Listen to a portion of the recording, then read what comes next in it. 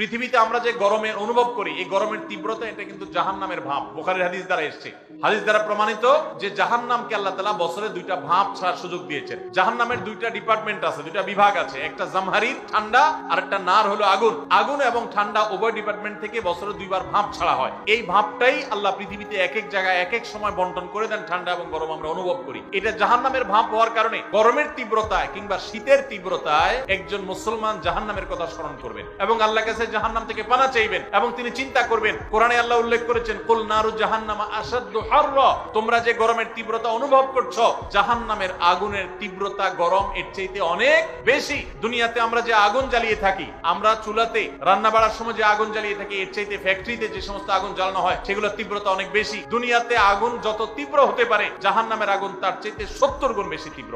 গরমের তীব্রতায় মুসলমান হিসেবে আমাদের বিশেষ কোনো করণীয় আছে কিনা? দেখুন, প্রচন্ড